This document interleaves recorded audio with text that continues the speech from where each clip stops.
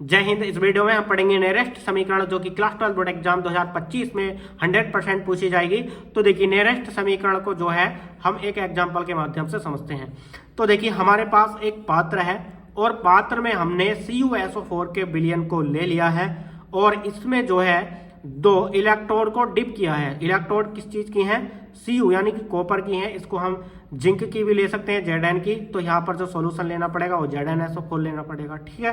तो देखिए हमने कॉपर की छड़ों को देखिए CuSO4 के विलयन में डिप किया हुआ है यानी कि डुबोया हुआ है और इस प्रकार से एक छड़ जो है कैथोड यानी कि माइनस है और एक एनोड यानी कि पॉजिटिव है, यानी कि एक पर जो चार्ज है वो निगेटिव और एक पर चार्ज पॉजिटिव है। तो इस प्रकार से जो है ये सेल बन जाता है।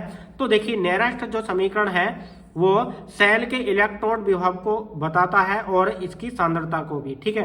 तो देखिए नियरेस्ट साइंटिस्ट ने जो है क्या बताया कि जो है किसी सेल के इलेक्ट्रोड यानी कि किसी सेल के इलेक्ट्रोड विभव की सांद्रता यानी कि जो इसकी सांद्रता है ना, इलेक्ट्रोड विभव की जो सांद्रता है उसके बीच में एक संबंध बताया जिसे नियरेस्ट समीकरण के नाम से भी जानते हैं। तो थ्योरी देखिए इसकी इस प्रकार से लिखेंगे कि सेल के इलेक्ट्रोड विभव यानी कि जो ये सेल है, सेल के इलेक्ट्रोड विभव तथा विलयन की सांद्रता, ये जो विलयन है ना CuSO4 का, विलयन की सांद्रता के बीच संबंध यानी कि इन दोनों के बीच में CuSO4 का विलयन और जो इसमें कॉपर की जो छड़ें हैं इन दोनों के बीच का जो संबंध है इसको जो है नियरेस्ट साइंटिस्ट ने एक समीकरण के माध्यम से दिया।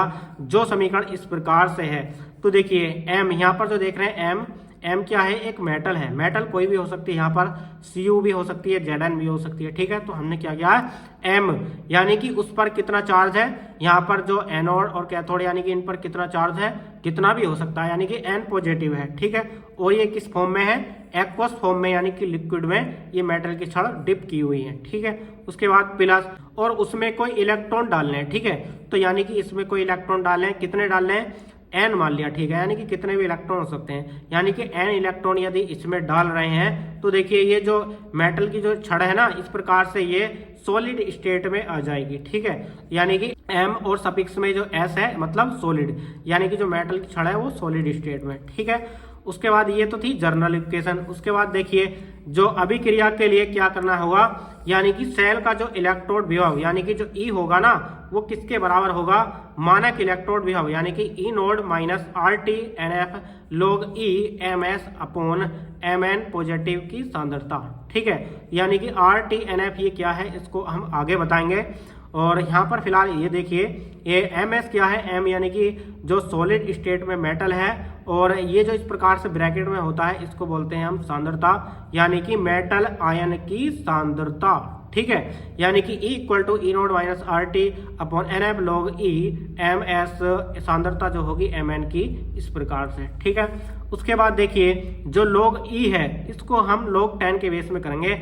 जब भी हम log E को जो log 10 के बेस में करेंगे तो एक वैल्यू आती है 2.303, ये फिक्स होती है, ठीक है। यानी कि जब हम E को log 10 के बेस में करेंगे तो E equal to E naught minus 2.303 RT upon NF dot यानी कि log 10 E के स्थान पर क्या आ जाएगा? 10 और ये जो सॉलिड स्टेट में जो मेटल है इसकी वैल्यू हम 1 रख देंगे। और उसके बाद Mn आयन की जो सांद्रता है इस प्रकार से ही लिखी है। तो यही है नियरेस्ट समीकरण। उसके बाद देखिए ये RT/NF ये E और ये इस प्रकार से ये क्या है? तो यानी कि E क्या है? इलेक्ट्रोड विभव है और E नोड क्या है? मानक इलेक्ट्रोड विभव, R गैस नियतांक, N इलेक्ट्रॉन की संख्या, T परम ताप, F फैराडे नियतांक और Mn की जो सांद्रता है N पॉजिटिव यानी कि इस प्रकार से धातु आयन की सांद्रता।